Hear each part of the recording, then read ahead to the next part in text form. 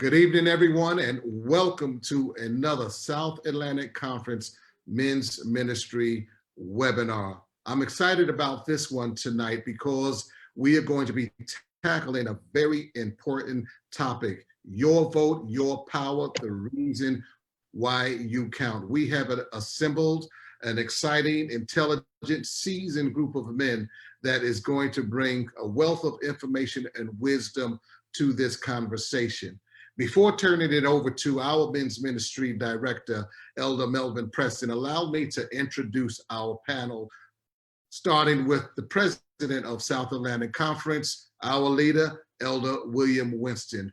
We're also privileged to have our vice president and ministerial director, Elder Calvin Preston, along with Larry Johnson, the commissioner for DeKalb County in District 3. That's DeKalb County, Georgia, for those of you who are in other places.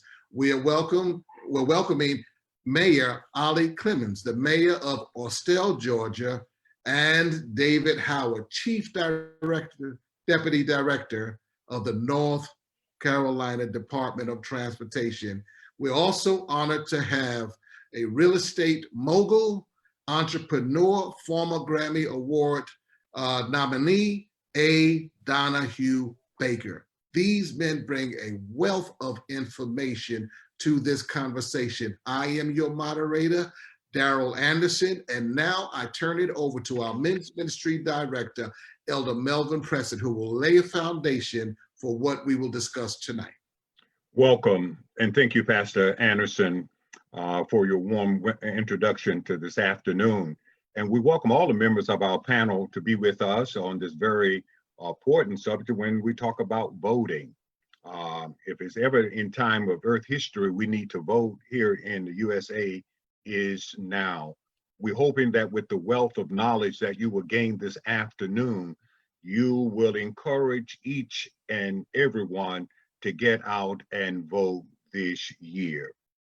Pastor Anderson, before we go any further, and I'm going to turn it back over to you as our moderator, as you lay the foundation for us this evening. We lost another icon on Friday. This is our third one that we have lost this year, but John Lewis. The first time I had the opportunity to meet him was in Washington, D.C. in his office at the Capitol, as we was talking about healthcare way back there. And before we go any further, Pastor Anderson, I would just like to just pause for just about 15 seconds for the honor of Congressman John Lewis. Let us bow our heads.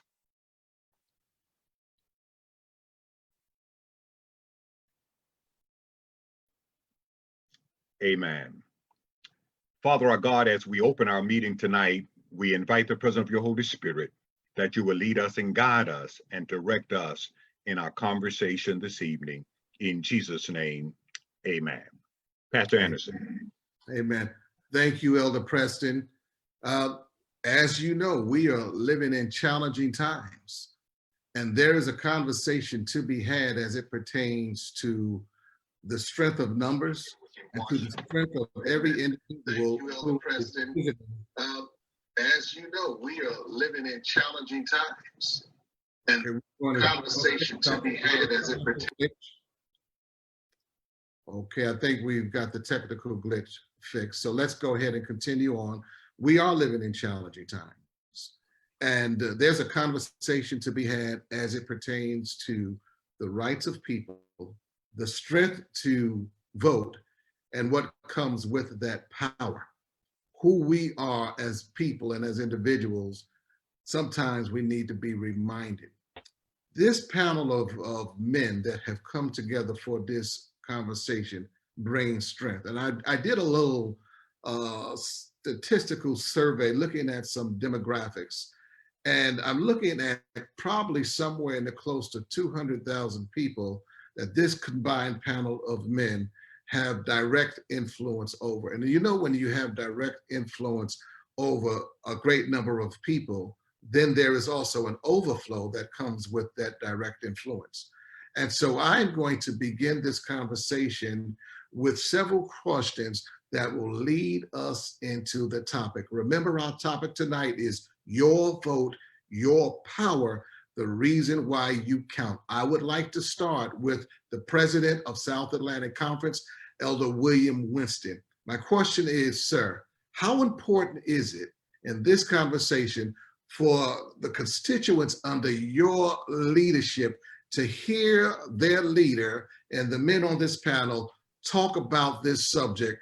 And then where are the boundaries as it pertains to church and the political process? Where do you see the people under your leadership falling within those boundary lines?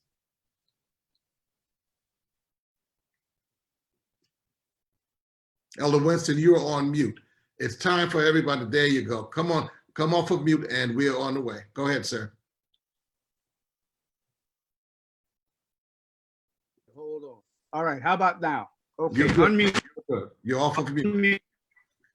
Okay, thank you for having me as a part of this panel today. It is a critical time in this nation's history in almost every respect.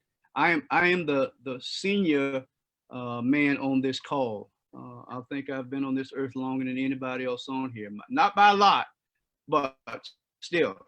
And I have for a few crazy years in the Seventh-day Adventist Church. There has been a debate with some unfounded information about Adventists and their activity in the political realm.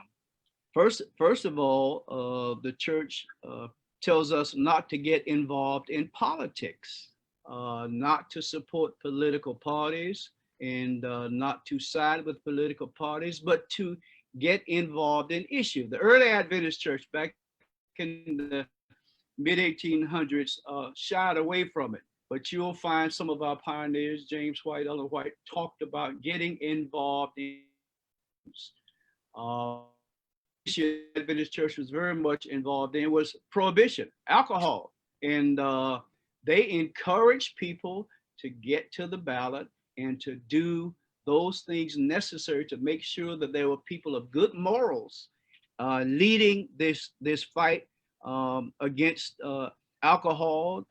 Those are the days of temperance rallies and all of those things, and Adventists were very much involved. Elder McElhaney, J.L. McElhaney, who was president of this church for 16 years, encouraged the Adventist people to get out and get involved in the political process, not to be politicians, because Lord knows the Adventist church has some of the biggest politicians that you'll meet anywhere in the world. But the same J.L. McElhaney who gave us regional conferences, who was president when we set up regional conferences, is the one who encouraged. I'm gonna read a statement here if I've got the time to do so. The church has never attempted. We are having problems with your audio. Elder Winston, we are having problems with your audio tonight. Let's see where my audio is. Let me see if my volume is up. Audio. It's almost wide open. Can you, all can right, you try it again. Try it again. Dr. Lamb, I know you're listening. If we have issues, Dr. Lamb, just help us out. Go ahead, Elder Winston. You want to go to someone else, and mine is wide open. Go ahead, continue on. I was just going to read a statement from a former president of the Adventist Church. The church has never attempted to instruct its members as to how they should vote or for whom they should vote.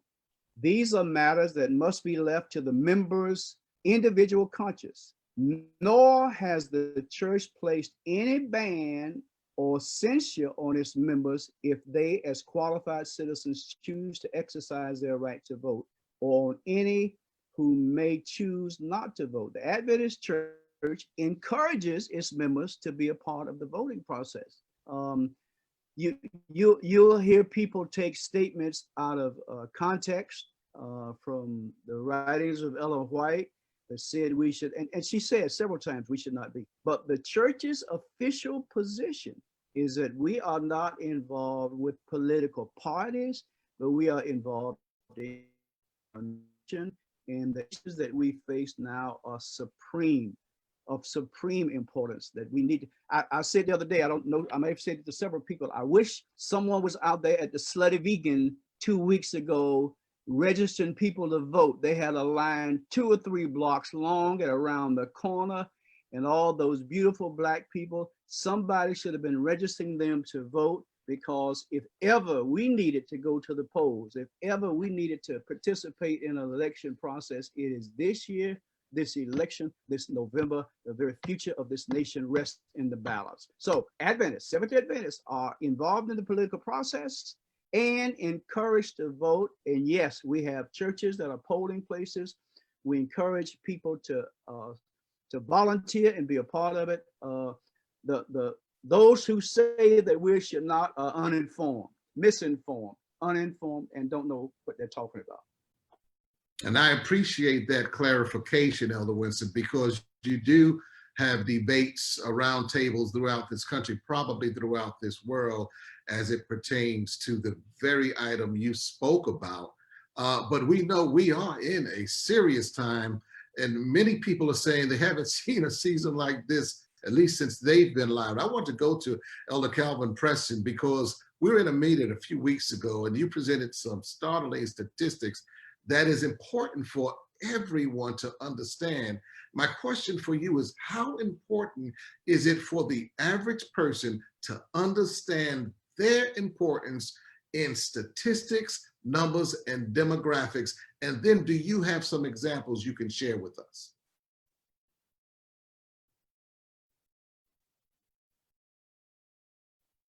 Our destiny as a people not only lies in the hand of God, but also in what we do as a people. Preparing for this gathering, I ran across a statement that I think each one of you will find interesting. Now, the statement was written in 1865 by Frederick Douglass. Listen to the statement.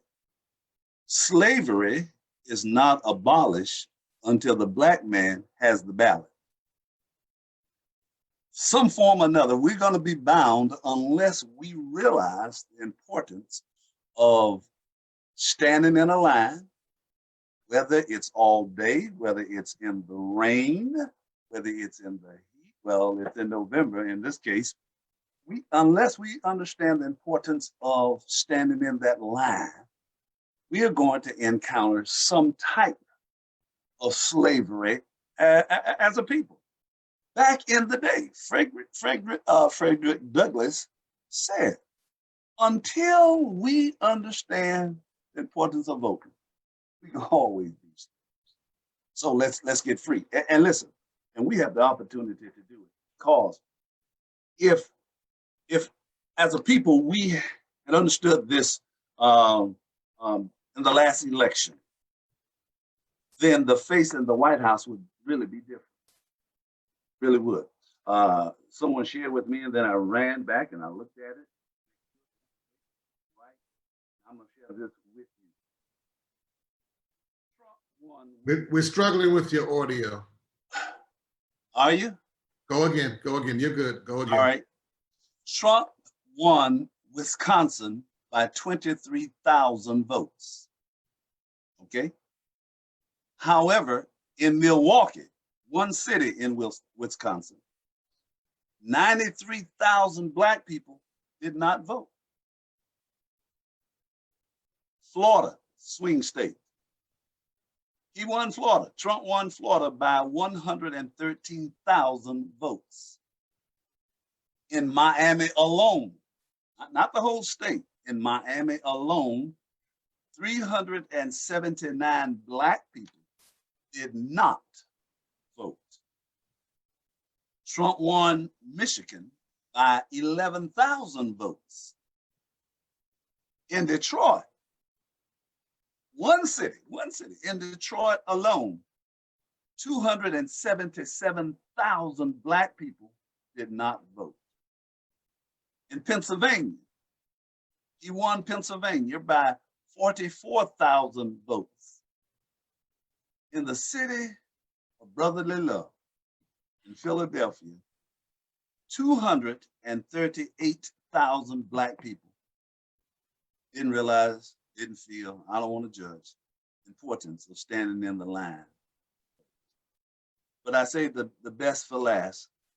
In Georgia, where some of us are on this panel is from, in that state, Trump won Georgia by 211,000 votes.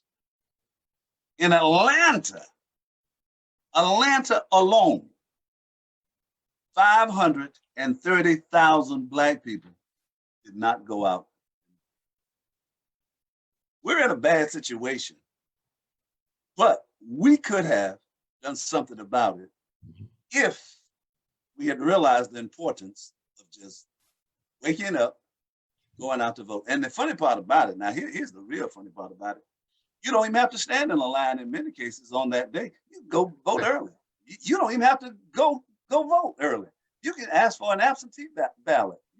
There's so many ways that we could do this thing. Somehow or another, we need to drive home to our people.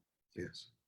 That we're going to be in some type of bondage unless Frederick Douglass was correct, unless we realize the importance of getting out. I have a question as it pertains to those statistics, and I'm going to pose this to a mayor on the line. We have Mayor Ollie Clemens, who is the mayor of Austell, Georgia. You just heard the statistics that have been presented to us. Being in the political realm, what are some of the up close and personal disparities you've seen and reasons why people don't get to the polls? Are there any that are outside sources, or are people just discouraged? What are some of the things that have come to your desk, Mayor Clemens? Thanks again, Pastor Anderson, for allowing me to be a part of this panel this evening. I think what I've discovered over the years, I've been on council. I've been serving an elected role for the past 6 years. I was the first African-American elected in 2013 in Austell on the council. And a lot of times I think you can get discouraged because when you don't see anyone that looks like you, then you don't feel you have any power.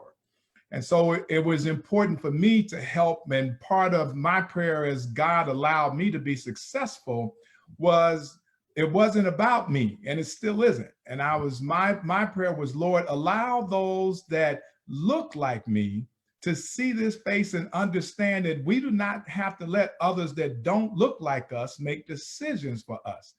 And what happens, I think, and what I've discovered, because throughout my time as an elected official, now progressing through Mayor Pro Tem, and of course, becoming the first African-American mayor in Austell in 30 years. There had been a 30-year reign of someone that didn't look like us. And so I think what happens again, you become discouraged. You do not realize the power you have. So part of my campaign was trying to get everyone to understand that we do not have to sit back and let things be as they look, because they are not what they seem. It's not status quo. Help us to understand that God will give us the power, but we have to exercise that.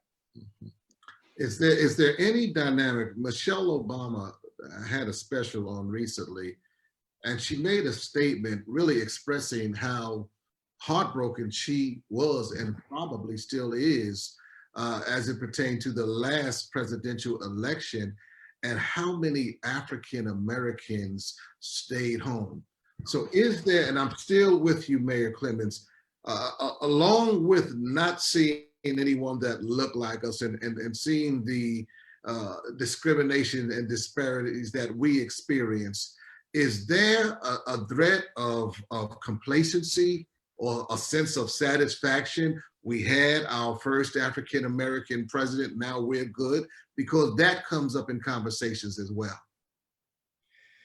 Yes, I think especially here, what I've noticed with the demographic here locally, that there are pockets of our community, of Black and Brown in our community, particularly Black, that have seen some things that have happened over the years that have led them to become complacent, I think, with the unnecessary status quo, and will sit home. It's saddening to me to think, and we say it sometimes maybe jokingly, which it shouldn't be because it's disheartening. Don't let it rain on election day, because a bunch of us won't go. And that's so unfortunate. I'm very encouraged by what we've seen of late, as it has brought about a different demographic of people to come into wanting to vote. And so I'm very encouraged by that. Just hopeful that they continue to stay where they were just a couple of months ago. All right. Yeah, because we know we are in some strange times, and we're seeing some strange things from the top on down. And that's why it is so important for us to have this conversation. It amazes me what happens when influencers come together and simply have a conversation with people they have influence over. And like I said, I did some statistical runs in some counties, some demographic county. I'm not going to take the time to go through them individually, but I know there's power on this panel tonight, power that influences somewhere roughly 200,000 people in county. And so it's a blessing to have you gentlemen. I'm going to pose a question that will land on the lap of three individuals here who are deeply involved in the political process, and then the running of communities and residences. And those individuals are, again, Mayor Ali Clemens, Commissioner Larry Johnson, and David Howard as well. The word politics, we know, derives from the word policy, which describes the job of a politician who is a policy maker, a policy shaper, and a policy guardian, an influencer of people. What is important for us to know when influencing people to exercise their individual powers in making the urgent decisions? Because it is people who lead us into paradigm shifts of change when they come out, get off the couch, and vote. So I'll go to Larry Johnson right now. Commissioner Johnson, I know your constituency in DeKalb County, District 3, you cover about 124,000 people. So you have a strong and large territory. What is it as a policy maker, a shaper, a guardian, and an influencer? How important is it for your voice to be heard? And then what are some of the things you do to get people out of their houses to the poll? And how can this conversation be instrumental in moving in that direction? And David Howard, the same question is going to come to you next. So begin to put your thoughts together on that. Go ahead, sir. Thank you so much. It's glad to be a part. I want to thank the South Atlantic Conference of the Men's Ministry for having me on. I've been knowing your president for a long time, and Pastor Preston as well. I got Decatur Adventist Church. I got Belvedere Adventist Church and Mountainside Adventist Church in my district. Plus, I was one who voted for the school that's on Young Road that they have currently for the Adventist church. And so it's important from a zoning perspective. I don't talk about anything else tonight. The zonings of and what Decatur is doing on Candler Road with the Family Empowerment Center, which is going to enlighten, empower, and enhance the community and just bring a whole nother flavor to Candler Road. It takes an elected official who can approve those zonings. Nobody else can. You can influence them, but the ones who approve the zonings are the elected official, the ones who approve the parks, the sidewalks, your traffic lights. You go to when your police are not responding on time, when code enforcement is not acting in a timely manner, when you have those potholes and those stray dogs. Yeah. Those are the local elected official. I know folks like to vote during the presidential races, but you know, we at the bottom and we're the first ones called. And so you better get to know your local elected official, from your school board, your city council, to your county commissioner. I've been a county commissioner for 18 years. And so this is my 5th term. Now I will be first vice president for all the counties in the country on Monday. I get sworn in for the National Association of Counties. And then in 2021, I'll be leading a national organization. And thank God for your prayers from the Adventist Church. Over 3,000 counties I'll represent across the nation. But it's important to let people know, by you not voting, you have just voted. Because now you didn't vote, but you still voted. And so whoever's in there, you have to deal with. And if you have not had a clear message then from COVID to dealing with racism and police brutality, you have not seen, if you understand politics, the ones who can open and shut a government down, who can open and shut businesses down, are your elected officials. And so it's important that you have the leadership in place to make a difference in our community. And so I just advise everybody, government is on God. God created governments. The government is for, of, and by the people, first and foremost. So you involved one way or another. As soon as you walk out your house and go to that traffic light, that I can control how many seconds you get to drive through it, or how many seconds you get to cross the street. It's important that you understand politics play a part in every facet of your life, from real estate, to how, if your church get approved to be in a neighborhood. And so it's very important. The other part is, this is very important, your census. Yes. You do this every 10 years. It only takes 10 minutes. MyCensus.gov, this determines your political lines. So you do this every 10 years. And so you must get it done by October 31st, because this will determine, next July, they'll have a special session in Georgia on determining the political line from your school board, your city council, your county commission, to your congressional office. Georgia's scheduled to get an additional congressional office. Each congressional office is worth $1 billion. $1 billion. That's a lot of money, you all. Alabama's scheduled to lose one. Each person in Georgia is worth about $2,400 per person. So we got to get it right. You only do it every 10 years. And you know why that's important? You saw the no ventilators in certain hospitals and lack of beds. That's based on your population. You get your population count by your census.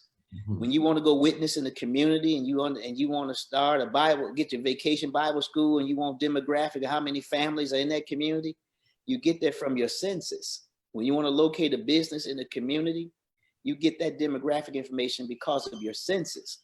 So it's very, very important that you do this. I know we wasn't considered a citizen when they did the first census, but now we're considered a citizen in America, and we got to exercise that vote. So Mr. Moderator, if I hadn't made it clear enough to the people who are on this Facebook Live site, that politics play a part in everything you do, and the only ones who make public policy in America are elected officials. You know, you've made it very clear, extremely clear. Appreciate it. Thank you so much. Thank you, sir. You've made it extremely clear. When you don't vote, you vote. Right. I call it the sin of omission, sitting on the sidelines, being a spectator, and for lack of better words, because it's not a game, but I use the word game to make my point, being a spectator in a game that you must win in. So I like the way you put that. When you don't vote, you actually vote. You know, Mr. Anderson, so key, because now we're deciding on if we're going to wear a mask or not. And some cities are being sued. We passed our mask ordinance on Tuesday, but we can't implement it. We took down the Confederate monument in Cab. So all of those things had come because of a political decision via the courts or whatever. So if you don't know anything right now, you don't think you want to vote, if you hadn't seen the clear writing on the wall, Ray Charles could see it. Stevie Wonder can see it. Thank you. Elder Anderson, what can I ask one quick question? What happens to the people who put the census that came in the mail on the kitchen table and then threw it away and never? How can they get caught? How can they get counted if they didn't fill out the form? They can go to mycensus.gov, and fill it out. Because if you don't, remember, we're not going to start school where kids can go to school. Right now, that means most of us on this call, I see we've got a lot of air conditioning in our house. We got books, But a lot of folks, when you go to school, that's the only meal they're gonna get, breakfast and lunch. We're feeding over 200,000 kids this summer in DeKalb County alone, and that's because it's by population base, is by the census. So we have to be ready. And Mr. Preston talked about it. If you don't vote on November 2nd, you can vote early or you can do absentee. It's the absentee. And the election is coming up August 11th. I know we're talking about the big enchilada in November, but we have an election on August 11th, and early voting starts July 20th here in Georgia. So it's very crucial and important that you not just vote during presidential elections, you vote in every election. You have the opportunity to vote, because your vote counts. It makes a difference. It lets people know that I'm not going to sit back. You're not going to keep me in no chains. I'm breaking every chain. I'm going to breathe again. I'm going to walk again. I'm going to jog again. And it's because we have to vote again. Thank you. So I have a question. Go ahead. Go right ahead, sir. So Go ahead. how do we get our people involved, understanding what he just said? You know, back in '64, when we were trying to get the civil rights, the voting right. Oh, we were gun-ho. We were ready to march on Washington, and we did everything. It seems as if, no, let me not even go there. What can we do to wake our folks up? And as the councilman said, I'm not just dealing with the presidential election. It's these figures are bad, but they're worse when it comes down to local election, because not only we don't go out and vote, we don't even know who's involved anymore. And so sometimes we'll just vote, well, I'm a Democrat, so let me check off. and hold on. And I'm for that. But shouldn't I know what you believe? And shouldn't I know what you stand for, and how you're going to vote on the school issue, and how you're going to vote on these things? How do we get our folks involved? We've gone to sleep. Let me throw that one at Mayor Clements, and then David Howard, I want you to pick up and jump right in there. So be prepared, David Howard. You're coming in right after Mayor Clements. Tackle that one. Then I want you to piggyback and keep that one going. That's such an important piece to this conversation. Go ahead, sir. Well, it's important that we keep it before them that as the commissioner said, the decisions that affect us the most are made by us, the local people. And if we can't get our people to understand that what is necessary for them in order to do the things and accomplish the things, when it comes to your trash, when it comes to those potholes, when it comes to your street lights, that presidential election has nothing at all to do with you. We need to get them interested in voting at the local level. Now, the commissioner was very clear about, no vote, you voted. I want everybody here to hear and understand that it's probably too late for this primary, but it's not too late to register to vote for the presidential election. You've got to do that by October 5th. Please hear me. If you're on this Facebook Live, let everyone, let your young people that are of voting age know how critical and crucial it is, especially now during this time, that it is extremely important for us to vote. But Elder, it's a challenge. I've been in voting rallies. I've talked to a lot of young people. Now during this season of COVID and racial inequality, we got a lot of attention. Yes. We got some ears now. People are listening. And it's a time now where, as the primary indicated, the numbers are huge. People know and understand that now is the time to vote. But when do they go back into complacency? How do we keep them there? I'm with you, Elder. I've tried. I've been out there. I've knocked on some doors. I've tried to be a part of some voter empowerment.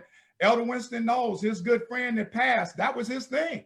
Yeah. And Reverend Love, he was voter empowerment, and those are the kinds of things and events that we need to do to try to keep our people encouraged and hopefully want to be a part of the electoral process. All right, David Howard, Chief Deputy Secretary of the North Carolina Department of Transportation, former city councilman, a former mayoral candidate It's time. Weigh in now. You've heard where we've gone with this conversation. What say you? Well, I was going to tell you first, to my preachers on the phone, that the three angels message must mean something in my life. Just to tell you a little bit about my life real quick. I was the third African-American ever elected at large in the city of Charlotte. That's about 800,000 people. I was the third African-American to serve on the planning commission. So I know that the mayor and the commissioner know. You spoke about zoning already. And then I got a chance to go to Washington. I worked for the Obama administration. I was number 3 at Federal Highways. So I'm going to underline just a few things about how important all of that is that you guys just talked about, because I can tell you the way people vote mattered at every level that I worked on. Elder Preston, I want to start with where you started, because I mean, when you say us, I want to talk about Adventists for a second. One of the things that's been a misnomer for me the whole time I've been involved, and I got on the Planning Commission in 2003, served there 6 years, I chaired it. City council for 6 years before I ran for mayor, then went to Washington now in the state level. And what I can tell you is that there is, Elder Winston, you said this a while ago, I mean, there are more politicians in our church than any place else I've run into, and I run into a lot of politicians. I mean, you know, if you think about the fact that most of us learn about organization at its very foundation in the church. It's the first time that I got involved, thanks to Elder Preston on the nominating committee. I did 2 of those, so God bless my soul, right? I was on the church board. Elder Preston put me on that when I was 18 years old. And I can tell you that from the time I was 18 back in 88 to now, I promise you I ran into more politics in my church than I ran in any place else I went. So the first thing I want to do is go away with the notion that we're not prepared and we don't know how to get involved. I mean, if we just took some of what we learned in the church, and I'm not saying that in a bad way, by the way, I'm just saying we are more prepared, Elder Preston, than we give ourselves credit to be involved. I want to tell you about why it matters. So I'll give you a personal testimony about why it matters. I ran for the mayor of Charlotte in 2015. It was 4 of us in the Democratic primary, and I missed being in the runoff by 646 votes. If it were not for 646 votes, I'd probably still be the mayor of Charlotte. I'd be in my 3rd term now. Mayor, I see you smiling. You know how important those votes are. Now that Lord has done some great things for me since I lost, but I can tell you that votes matter. I can tell you that in Charlotte alone, talking about demographics, in a Democratic primary, and I bet you it's the same thing in both Atlanta and other cities throughout Georgia, especially in the metropolitan areas, Black women, I'm not talking about African Americans, but Black women alone make up 49% of the people that vote in Charlotte in a Democratic primary. Essentially, that means that we could have an African American in every Democratic office in Charlotte from now on if we wanted to. 49% is just Black women. That's not the rest of us. That's just Black women. So, I mean, I bet you it's the same thing in Atlanta. I mean, you know, the point is that if we all came together, there's no stopping us. In fact, Elder Winston or anybody on the phone, in the city of Atlanta, how many members do you guys have in Atlanta alone? Close to 20,000. So I think what Pastor Preston told me a while ago is that Trump won Georgia by 211. Right. Okay, y'all could have made a big difference in that number alone, just the church, let alone the rest of the African Americans in the rest of the state and what you guys could have done. I mean, Keisha should have no problems getting reelected in Georgia. She just should not. I mean, you know, the fact that it was even close still tells me a lot about the fact that we've not figured out how to come together. The last thing I'll tell you, Elder Preston, about what we do is that we got to get involved in more. We got to make sure our folks are involved more than just during election time. I mean, elections come, you know, in most places every November, you know, every couple of years. I mean, I'm jealous of the fact that you guys don't have 2-year terms down there, because I had to run every 2 years to raise money every 2 years. But I mean, we need to make sure our folks are getting more involved in community service. I mean, you know, I love what we do with the Dorcas House. The Dorcas Ministry. I love what we do, you know, with Pathfinders. I love what we do. I mean, I'm a 3rd generation Adventist, but I can tell you there's a lot of things that we could do that would give us the knowledge that you spoke about. Who's actually involved? Who's participating? I think because a lot of times so much of the community work is on the Sabbath that we shy away from doing anything outside of the church. And there are a lot of community meetings during the week. I mean, you know, we can get in there and actually become the president of those organizations and make sure the meeting's on another day other than Sabbath. I mean, there's a lot of things we can do to get involved. So voting is important. I'm telling you, 646 votes stopped me from being in that runoff. But at the same time, I think it's more important to be involved every day, not just some of the time. That way you know exactly who you're voting for, because you'd be involved on these commissions. I bet you the 2 elected officials will tell you they're constantly looking for people for their boards and commissions, constantly looking for people. So if someone, go ahead, who was that? I was just going to say, besides early voting, which I have done nearly every election, for the first time, I voted absentee this year. I just mailed in my ballot on Friday because we've got a runoff in DeKalb County for sheriff. I just mailed my absentee ballot in on Friday. So even if you can't vote early, you can get absentee ballots and you can vote. There you go. There's all kinds of ways to be a part of the process. The wrong way is to do nothing. And that's the point I want to make next. Those who are sitting on the sideline, and I simply call it committing the sin of omission, are giving anyone who has any kind of underlying plan to discriminate, you're handing them a gift to discriminate, to count you out. We're in a census, and if you're not counted in the numbers, then you don't matter. You're just an invisible. Matter of fact, you don't exist. And so it is extremely important. Let's go to the business sector, because we have many entrepreneurs, people who own small businesses in our communities, in the church, where have you. And it is important to know, especially as African Americans, those of us who are listening in, those individuals who have businesses and find themselves facing the powers to be when it comes to any form of discrimination. I want to go to a man who has done great things in business. Like I said, he's a real estate mogul, and his arm reaches far and long in many sectors of business. A. Donahue Baker, how does this conversation affect African Americans in the business sector, especially in housing, because we know that you have a lot to do with real estate? How does that affect us in housing and in business? Well, I think, first of all, the most important thing that we need to get people to do is realize that politics is local, right? When you understand that component and you know that your local officials really determine so much, even more so than the federal level, even more so than the national level, it's really your local officials affect your life so much more. And in the real estate sector, pretty much everything that we deal with on a local level affects us. Our schooling, right? The school board.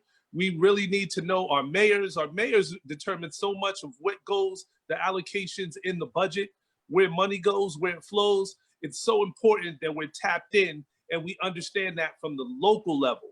Now, it seems that at some point in time, we've lost kind of our interest outside of the national elections. I think that it's when we look to our local politics, we have to constantly realize that there are issues that take place and that are put forth outside of the national elections. So I know I work with a lot of politicians. I'm primarily invested in Newark, New Jersey.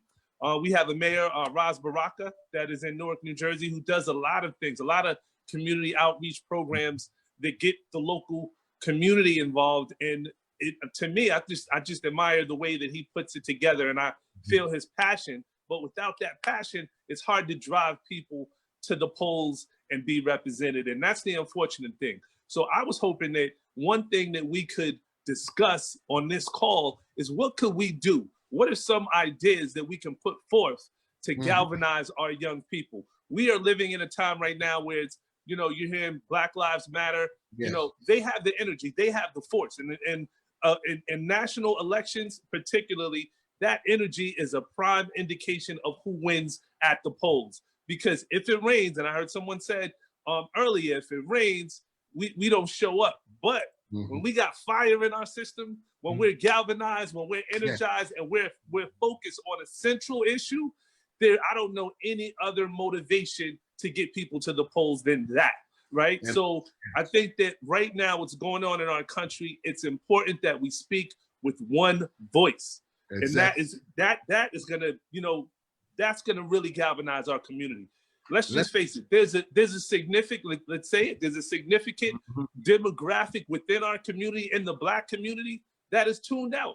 Yes. That has been fed lines after lines in every political season, and then things don't happen. And because of that, they feel that they don't have a voice. They feel that they're not being heard, so they stay home, right? Unless there's something that can galvanize them, I'm afraid that that's just the reality it is. It's on us. It's on our individual families. It's on how we teach our children, how we talk to young people, to let them know that the struggles that we went through from Dr. Martin Luther King right on down, that we have to continue to pass the baton. We have to teach our children how to, number one, have a voice and articulate what they say and what their passion.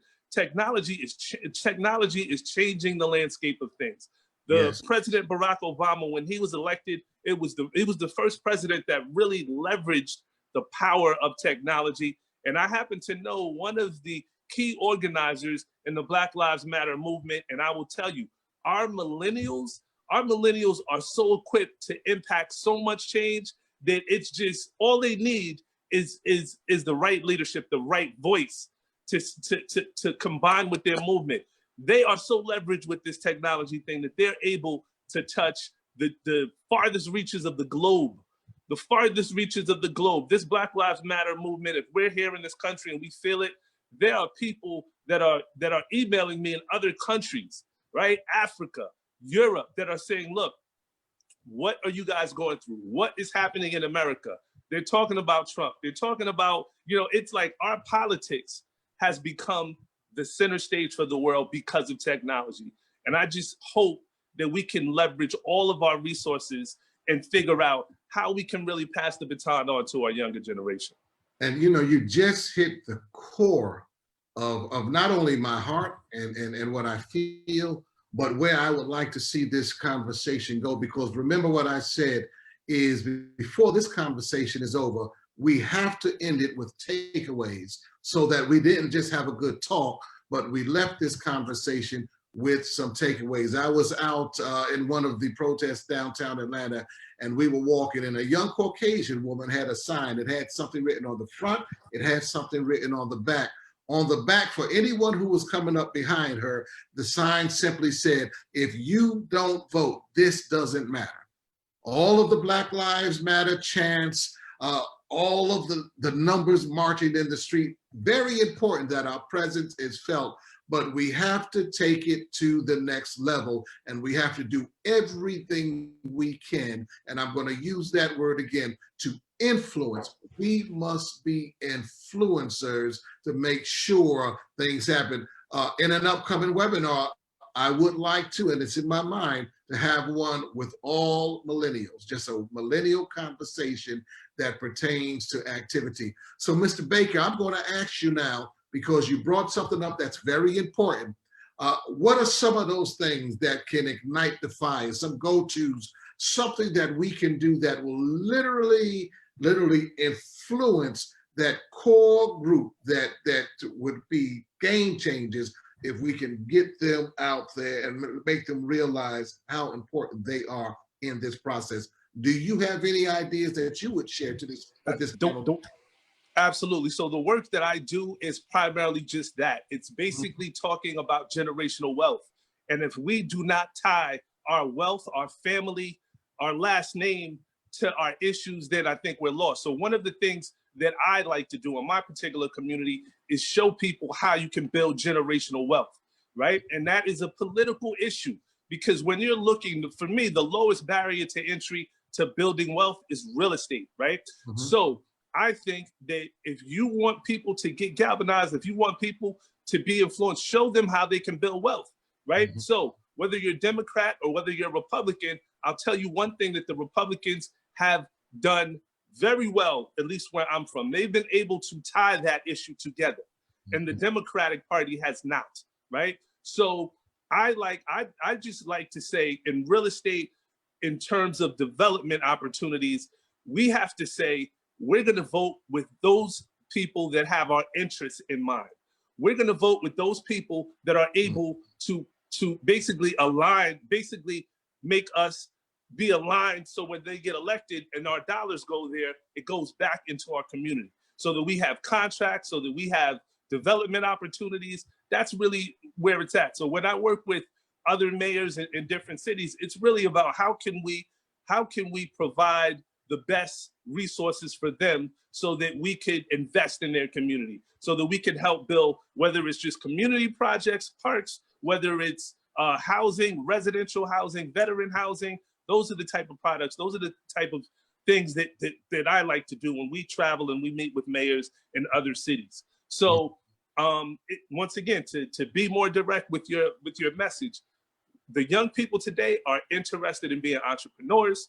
They're interested in being involved in real estate. If you can tie those in, if you can tie that message in, their well-being with how involvement in politics is integral and important, I think that you're gonna start to change and shift the conversation. Now, and I just want to piggyback off that, because it'll be remiss.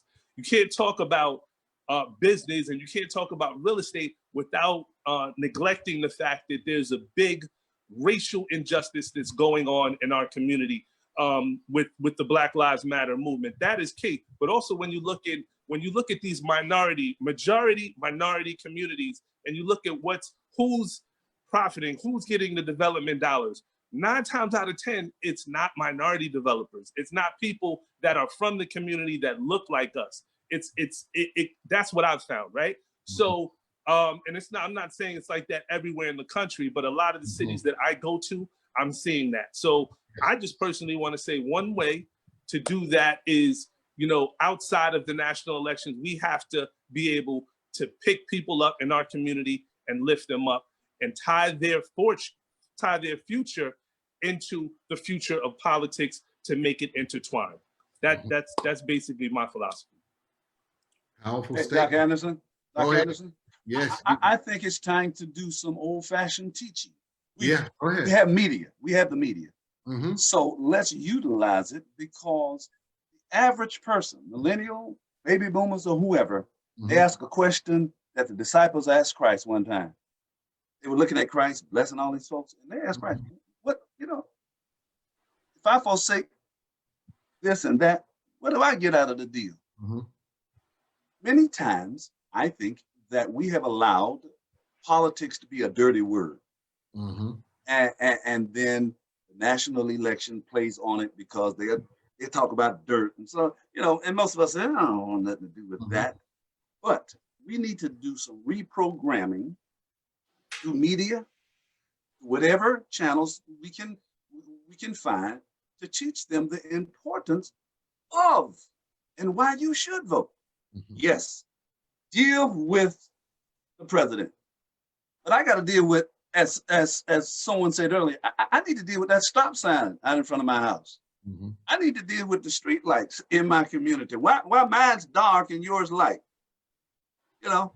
Until we start educating society about what true politics is, then I'll just stay home, because that's not important. My little one vote, not gonna make a difference, or whatever. We get bamboozled, we get deceived, because we don't understand what really is going on. We want better schools.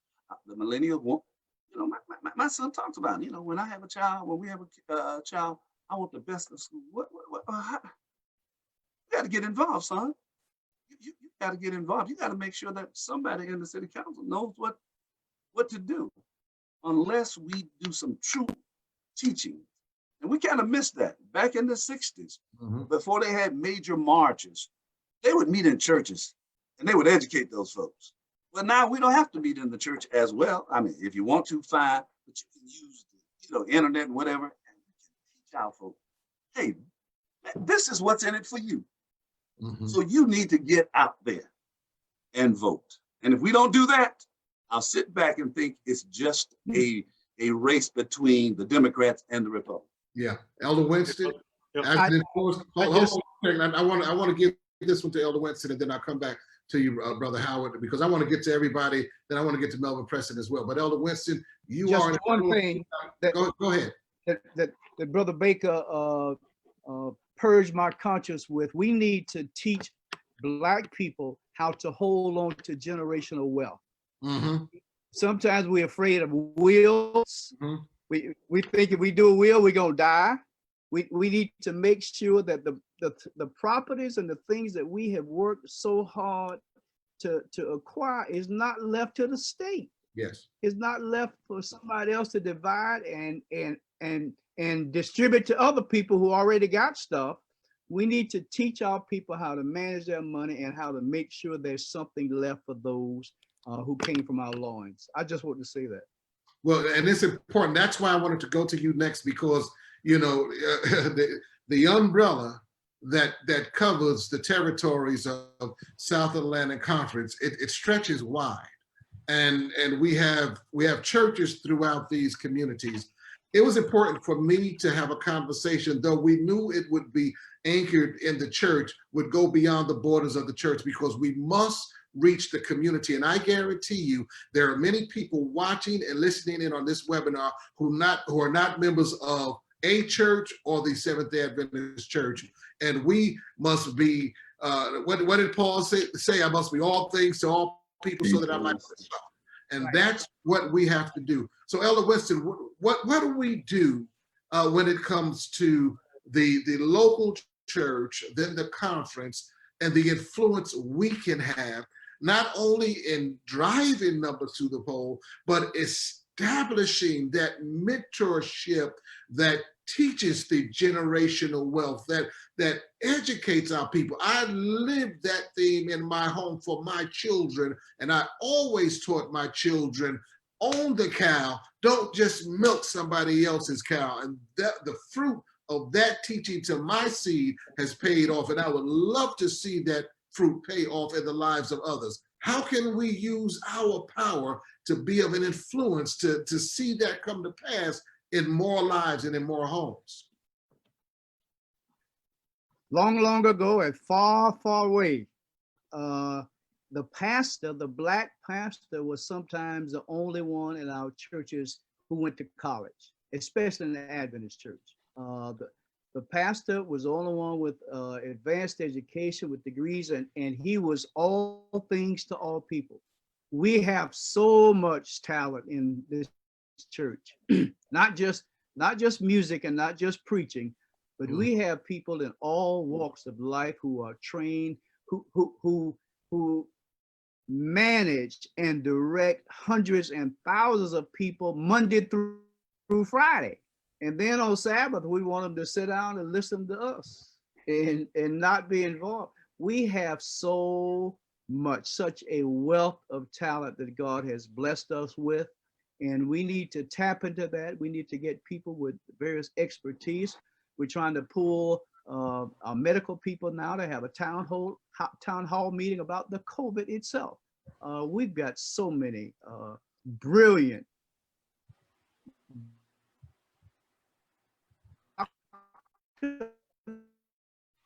Okay, you again, we're dealing with there are people who have advanced degrees in just awesome people. We need to tap into those resources, get them involved. One of my favorite people and one of my favorite pastors was Ralph Franklin. And Ralph Franklin would always say God has a perfect will and God has a permissive will. God's perfect will is fulfilled when we get out and do our civic responsibility, including voting. And God's permissive will is when we stay home and allow what happened 4 years ago to happen again. That's the permissive will, when we do nothing.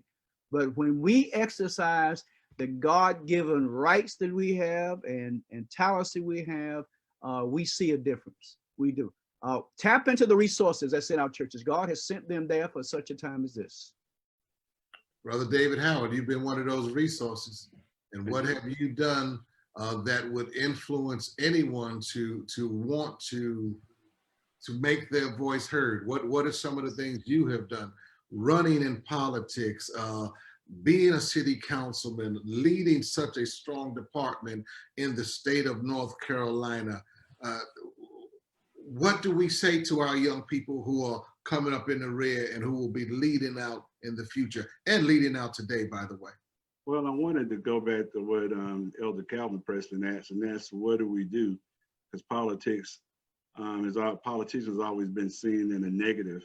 Mayor Cummings, when you won, I remember seeing it somewhere on Facebook. I got excited because there's not a lot of that business that run for office. So that's the first thing I would tell you, Elder Preston, is we need to stop being scared. If we think that integrity is not in the political system, how about more of us be in the political system so we can bring the integrity to it? That's kind of why I ran. I mean, this idea of sitting on the sideline is not something that we should get used to doing. I mean, I don't even know, Mayor, how many other elected officials that have been this, but I probably can count them on one hand. There's not a lot of us. That's the first thing, is we should get involved. We should run. That'd be my first thing. The other thing is I wanted to go back. I mean, I'm Elder Anderson. I'm gonna come to the young people. I'm doing some catch up because I was waiting. Brother Donahue, you mentioned real estate. Another thing that I've done in my life. I mean, the elected folks on here tell you, man, when you have to raise your hand to vote on something, you want to do it to affect your community. In the city of Charlotte, where African Americans only make up 25–30%, anytime we would vote on things like streetcars, and you know what a streetcar does, Brother Donahue, Brother Baker, when you bring it to one of our neighborhoods. I mean, it's that bad word, gentrification. But if folks will hang on to their property, if we can teach them what to do as gentrification starts to happen, that's generational wealth as well. Don't sell the first time somebody knocks. Don't sell the first 20 times somebody knocks. Wait, especially when you have those investments coming. And you have to hold elected officials accountable. That's the first thing I'll tell you, Brother Anderson. Hold them accountable for making sure that they're doing things that make differences in the community you live in. Hold them accountable. Because not everybody look like us deserve a vote, but I'm gonna leave it like that. The other thing I'll tell you is that I think our church may be missing something. I was with my daughter yesterday. We were keeping the Sabbath over at my mom's house, and she was playing music videos. And she played a group called Maverick City Music and another group called All Nations Atlanta. And it occurred to me while I was watching those videos that went on and on for 20 minutes, the longest songs I've ever heard. But what occurred to me is that the majority of those people, they were mixed race in those groups. I've been trying to figure out why there was so many more white people marching in these marches here recently than Black people, and I could not figure it out. That's because my daughter's generation, who just graduated from Spelman last year, that 20-something, they actually have lived with each other for so long that it's not a big deal to them. They actually just think wrong is wrong. I mean, we're missing an opportunity to galvanize that as a church with the young people we have already. I mean, those folks, they were doing praise and worship. I mean, they have a moral center that pulls them to the church. Whether or not we're taking that and doing anything with it in our own churches is something I would tell you. Revelation seminars, all those things are great. I can tell you these folks have learned how to come together in ways that we got to figure out how to capitalize on. I think they can tell us what we need to be doing as a church, Elder Anderson. We can learn a lot from them. And that bad word, it was in the back of my mind, gentrification. I have to go to Commissioner Johnson because we're looking at the go-tos now as we begin to point ourselves, towards a conclusion here. With your 124,000 constituencies in District 3 of DeKalb County, are there any kind of centered programs or mentorship programs that are there that are just placed there to help our young people not only grow in their gifts and talents, but be a part of the process that influences their tomorrow and their home ownership? Because we see this thing happening everywhere. I know we don't like to say the word gentrification, but everywhere we look now, it's there. And I'm going to have to go back to A. Donahue Baker with this question as well. It's there, and we see people who have been indigenous literally being pushed out And when that happens, where do they go? And how are we educating our people, starting with our youth? Commissioner Johnson, help us out with that, because Well, it's a dilemma. Well, part of it is, I'm gonna start with the church. I'll leave a little bit over there. The church they have to match cultural context to biblical truth. You got to look at the culture where we are right now. If you're not talking about racism, capitalism, social media, you're not engaged with those influencers from Generation Z, I'm in X, to Y, you got to make sure all those it's all about intergenerational leadership right now. And what I've done in my area, and President Winston can tell you, the headquarters is in my district, the South Atlanta, but he knows when they see the joggers and the walkers down Memorial Drive has changed, and he's seen the difference that has happened. I got East Lake in my district. That's the East Lake Golf Course where Tiger Woods won 2 years ago. I got Edgewood, I got Kirkwood, that's part of Atlanta. So I got all of that part. When I first moved here in 1993 from Colorado, I'm originally from Chicago, and I looked at those areas in Kirkwood. You said, man, I don't want to live over in those areas, because I looked at that in Chicago. I said, man, this is the hood. But you look 10, 15 years later, guess what? Those homes are $1 million. Mm-hmm. So you have to make sure you understand, but we wasn't taught real estate in my neighborhood. I was only expected to get an apartment in Chicago. I wasn't looking at no house. So I didn't understand about home ownership. And then I got to college with 14 credit cards. I didn't know about a credit score. You didn't learn until you had the credit score. So we got to teach all those things early on about credit scores, about wealth. You don't start when you get an adult on those issues. And so the other part is, I got a seminar I do called Don't Get Tricked. Where I teamed up with the Urban League, and I teamed up with our Fair Housing and Legal Aid. And I go to all my senior centers and tell them, don't sell your house. Mm-hmm. I tell them about all the tricks of the trade and how people come to your house, knocking on your doors, and let them understand how gentrification works and how they can be on the forefront. And then I tell them to get a will, and I teach them about a will and how you can't give your house early to Jerome or Jeanette, because if you give it too early, they may go out there and get a second mortgage and you don't know it's on the house. Mm-hmm. So you have to be able to set it up in such a way that the wealth is transferred, and you educate people that the seniors, because I got seniors that did give their houses up early, and they outside, they got a second mortgage and didn't know it. So the house is lost and they sitting outside in no house. Mm-hmm. So it's about education, it's about a whole process. And so you're right, Mr. Baker. I mean, we have to teach that, but you have to understand about racism and how it works, what the structures is in housing, transportation, and why the house values in South DeKalb, in my area, I got the same house. If I put it up in Dunwood, it would be $1 million right now. Mm-hmm. Mm-hmm. I got the same insurance policy I may have in the city of Decatur, but why my insurance policy is triple that in the city of Decatur. The city of Decatur is only 5 minutes from my house. It's a majority white city. I'm in the majority black in the area. So part of what I have to do as an elected official is that we got to call to the carpet those banks, those insurance companies, and the church has to come in too, because remember, if this is happening in the District 3, guess what's happening to the congregation, your church? You're losing wealth as we speak, mm-hmm. because your home values are not going up as fast as in white areas. So guess what?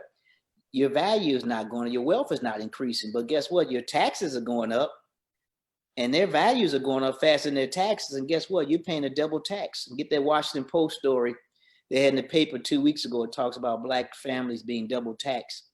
It's been featured.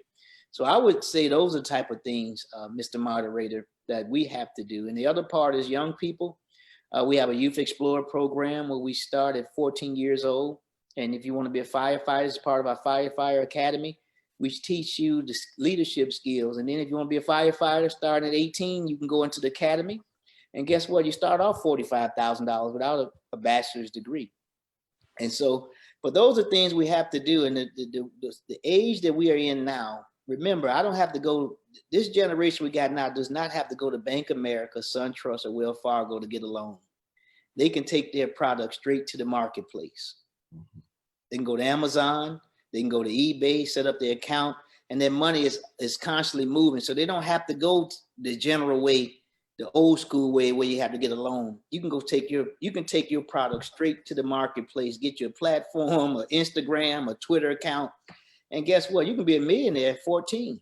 It's not the same, and we have to make that shift as a society. You don't even have to have a building. The malls are gone. The malls are obsolete. Yeah. I still got people talking about how many stores are gonna put in South DeKalb Mall. I said the mall concept is dead, you all. It's over. You got Grubhub and Uber Eats, so you don't even have to have a restaurant anymore. You can have 10 restaurants with a shared kitchen, and you can just order your food, and that food can come out that shared kitchen. So you don't have to have a sit-down restaurant like you used to have in your community. So the whole market has shifted. Yes, and we as African Americans, we got to teach the shift, because we don't teach the shift, we're gonna be 10, 15 years behind. We're still waiting on a Red Lobster, and Red Lobster is over. And you know, that's so important you say that, because that is, you know, I have been obsessed with teaching that shift. And sometimes it's like pulling teeth. People don't understand. We've crossed a bridge. There's a paradigm, and we are living in an age now where there's some dinosaurs that just need to go ahead and become fossilized. Well, you don't have to go to the doctor anymore. It's called telehealth. You don't have to go to the doctor. You go get your doctor can come to your living room right now. You don't have to go see Dr. Huxtable anymore. Through this whole COVID, I have been visiting my doctor online or through the phone. I want to go to Elder Melvin Preston, because there seems to be, out of this conversation, there must be a roundtable. There must be a brainstorming. There must be a process, so that when we come back to the conversation, we will have something so tangible that we can put it in the hands of people and be instruments ourselves to make it work. Elder Preston, what do you see in that process as a leader in the community and in the church? And then Brother Baker, please, I know that Commissioner Johnson said a lot, and I'm sure your mind is full right now. I'm gonna let you unleash in a minute. Go ahead, Elder Melvin Preston. Yes, and first I'd like to just thank our Commissioner Johnson, and he is a true friend to the Decatur Seventh Adventist Church, and I think he drops in on us. He come by and see us on a regular basis, and I think this is putting trust in the younger generation and other people, because sometimes people look at politicians as crooks, liars, and whatever. And I just would like to just thank Commissioner for his support to the Decatur Church and the community with that which he served. I think you say you're coming back later, Pastor Anderson, with another roundtable with our millennials. I think that's going to be excellent. That we do that. We need to lay out a plan, and we need to lay it out now and quickly, because the election is going to be upon us. And I would like to see, oh man, I forgot the guy named Baker. I appreciate what he talked about tonight about the wealth, especially keeping it in the Black community. Our people need to just be educated to that point as well. And when we talk about real estate and what happened, I used to live in Charlotte. I wish I had to just hold on to my house there, our house there, but I sold it. And I think that's one of the biggest mistakes that I ever made. And I think we need to educate our people. And I think that when we come back again, this is some of the points that we need to do beyond the election. What do we do? How we get the team mobilized with that? I'm gonna cut here because we only have 15 minutes, and I know you got a lot to say in this time. Great, because this is what I would like to do, gentlemen. I'm going to go to Mr. Baker. I'm going to let you just unpack some things. Then I would like to go to our Vice President, Elder Calvin Preston, because I know Elder Preston has been leading a team that collates between the South Atlantic Conference and Georgia Cumberland. And some of the things we have been discussing tonight have been somewhat on the table of that team. So I'm sure Elder Preston can bring light to what we're trying to accomplish here tonight. So Mr. Baker, go ahead and just weigh in, because Commissioner Johnson said so much that relates to your points. Please. Absolutely. So I just want to deal with number one, gentrification. It's not necessarily a bad word. What we need to understand is that as a developer, if I'm looking to make a profit, we live in a capitalistic society. As a developer, I am going to invest where the cost of land is the lowest so I could get the greatest return. That happens to be in the minority communities in a lot of places. So what we have to do is get in front of gentrification, and we need to gentrify our own neighborhoods. We need to develop in our own space, but we can't do that if you do not have ownership. Ownership, ownership, ownership is what we need to be teaching our children and our kids. From that, everything else flows, because once you own land, you have power, you have political power, and you also have economic power. So it's important that we tie those two together. Another point that I definitely want to say is that as we go on, one of the things that, you know, my contribution has always been pummeling this generational wealth. And previously, Mr. Johnson talked about the insurance, the disparity between insurance products in the white communities versus the pricing in the Black communities. We, as a political issue, we have to be able to take that up. It's not just property insurance, it's also car insurance, right? Significant drainage of wealth that comes out of the Black community. One thing that I have started and I'm in the process of starting a Black bank, 100% Black owned. It's already launched. I'm just waiting for a couple things with my charter. I have initiatives that are going out. So there are any young people that are doing anything like engineering, technology, or any of those spaces, please contact me on my social media. I have programs for you. I can show you how you can get $50,000 to invest and prove the concept of your business, because that's how we create more businesses in our community, how we get more developers in our community. If you contact me on my social media, I'll provide further details in that as well. And then the other thing that I'm going to close out with is that we have to use technology to unite us. The same thing that you guys are struggling with in Georgia, the other communities are struggling with in LA and Houston, Dallas, all over the country. Now is the time where we can all be connected. And if we all speak with one voice, we cannot be stopped. We can't be stopped. And that's really the key takeaway that I want to leave everybody with. Let's continue to build. Let's continue to have these conversations. And I hope that more and more young people see that and get involved, because something different is happening now. I've been watching, I've been Rodney King out, I've seen it, I've seen everybody come together, riot, march, but something is different this time. I feel it. It's different, but we can't do the same thing that we've been doing in the past. We have to use the tools of today to make change. So I'm gonna close out on that, because I know we don't have a lot of time. I thank you so much, because you're singing my song. I've been beating this technology drum. We're just walking down the same road. I need to go down to Calvin Preston, because he has been really leading out in a very integral place, joined with Georgia Cumberland. And Elder Preston, share some stuff with us and give us some vision casting right now. Yeah, well, we're working with, for those who are not familiar with the Georgia Cumberland, that's our sister conference, and we work together. We have a major meeting every 2 years together, but on a yearly basis, we are beginning to do things together because our young people are demanding that. They're saying, I think Doc Howard brought it out. I mean, the thing just went off in my head. They go to school together. They're not like us. Some of us were born out of, that school and this, our school and their school. But now they're all mingling together, and they're growing up together, they're fellowshipping together, and they're friends. And so, our young people are asking us, why can't we all just work together and get along? And that's great. And we try to do that because it's a humanitarian thing that we are our brother's keeper. However, we cannot lose our identity, okay? Because the world might cry, let's work together.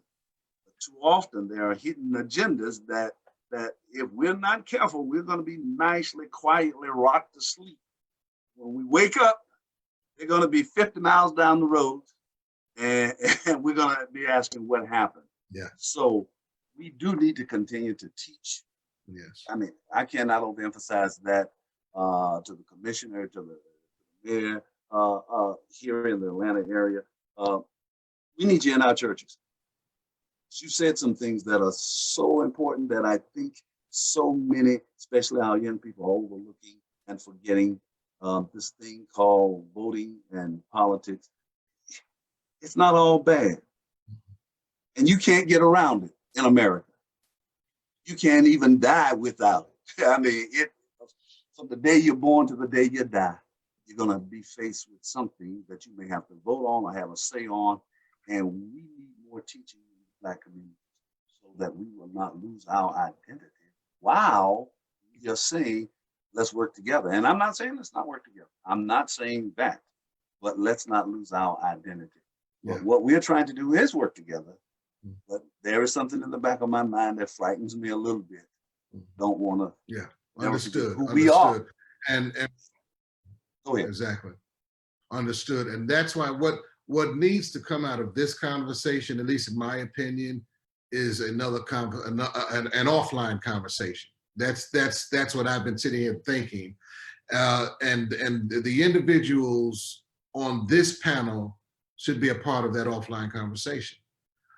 We've got our president here, vice president, men's ministry director, who can really galvanize the troops, have a conversation, and so that when we come back to the public, we have something that is so tangible, that is so workable, that we're ready to implement and execute. So I'm going to suggest that. And right now, I'm going to go around and I'm going to ask everyone for a takeaway.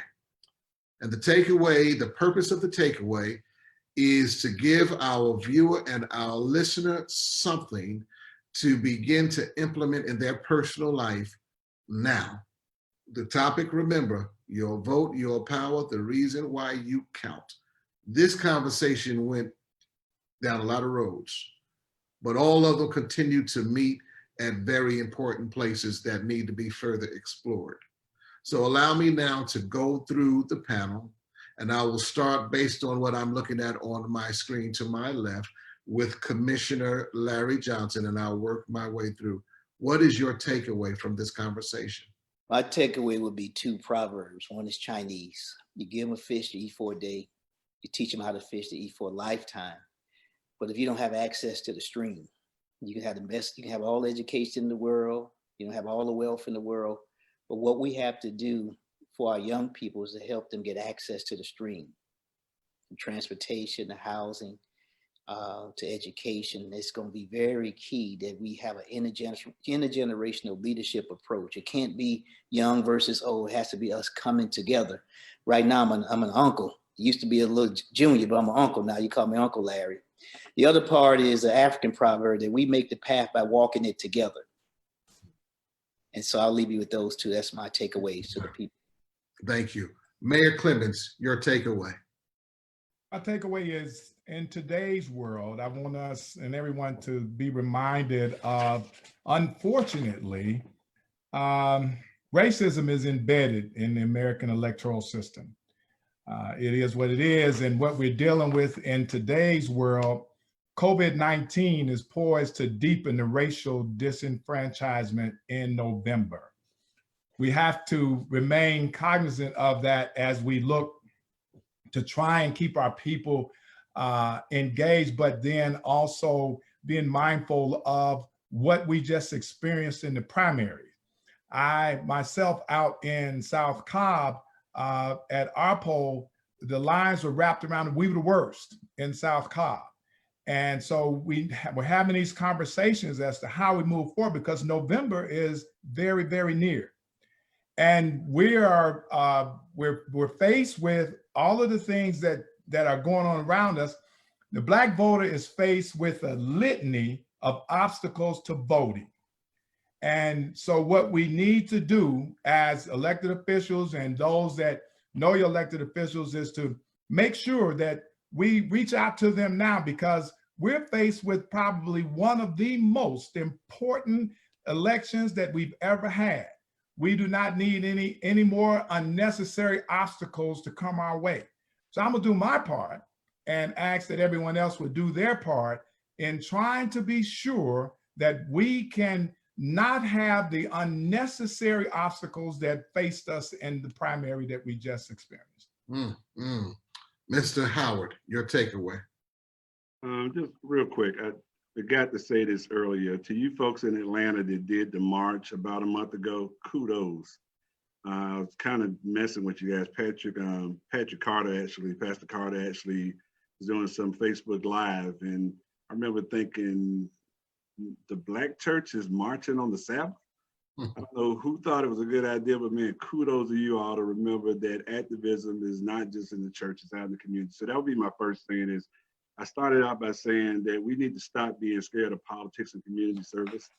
I would just employ more of us to get involved in our community, stop being scared of what it is, stop not getting involved just because they have meetings on the Sabbath. Don't go on the Sabbath, but go every other time. I've kind of alluded to it, and it's this whole idea that, like Elder Preston reiterated, the young people are doing things completely different. I mean, so many churches that have done it the traditional way are seeing their membership die off because we're forgetting that the way that we approach people hasn't changed with time. So hopefully we do that. And the last thing I'll tell you is something I said all the time when I was an elected official, and that's the fact that the best economic development plan is actually the very same thing as the best crime prevention plan, and it's a job. We need to do more, whether you're talking about entrepreneurship, on-the-job training programs, or whatever we're doing. Let's make sure we get more of our folks jobs so that they can actually have a stake in what they're doing. And the church does have a role in that. Job fairs at the church, program training at the church. There are a lot of things we could do to make sure that people actually have a way to contribute to our society. Okay, thank you, sir. Thank you, sir. Mr. Baker, your takeaway. Really short. Just once again, just want to thank you for inviting me, having this opportunity. My takeaway is just that we have to not only focus on creating within our community generational wealth, which translates into economic power and then political power. The key thing that I think that we need to realize is that we all have that ability. We all play a part in that. So to me, that's really it. And just want to lend myself out as a resource to the people all over the country. If I can do anything to help, please reach out. Look forward to connecting again, once again. Thank you, sir. Very, very, very quickly, because we're short on time. Give us a contact, give us an email or a web address. Yeah, so you can find me on A. Donahue Baker across all social media platforms. Real estate developer. You can Google that, or I own over 500 units in residential units. So I aggressively build. I have over 500 units in the pipeline right now. So I am looking to create more real estate developers, minority real estate developers, and more minority entrepreneurs. We have a fund. We have a $10 million fund that is looking to invest in young people, looking to invest in people looking to start businesses. So if you're out there, definitely reach out. I am just trying to be a beacon to help wherever, do my part and help however I can. Thank you, sir. We're so privileged that you joined us tonight. Elder Calvin Preston, your takeaway. Said, wisdom is a great thing, so get wisdom. Yes. All I get and get understanding. All right. Before I turn it over to our men's ministry leader, I intentionally saved our president for last. Mr. President, your takeaway, you have it. And I'll do it in 15 seconds. We have studied in our Sabbath school lesson about witnessing. We all have influence. We all have influence. If we can just influence one person for Jesus Christ and the gospel, if we can influence one person who didn't vote last time to vote this time, this will be a different world in 6 months. It will be. Use your influence. Thank you, sir. We now turn it over to our men's ministry director, Elder Melvin Preston. Gentlemen, thank you for an informative conversation. We will get back with you because we must put a tangible plan together. It's yours, Melvin Preston. We can't hear you. We can't hear you. Thank you very much, Pastor Anderson. And I'd like to thank the guest who was with us tonight. And to our listener audience, I hope this has been enlightening to us all. And as our president stated about influence, We need to vote, vote, vote. May God continue to bless you. And we'll be looking for you for our next men's webinar on Black men and mental illness.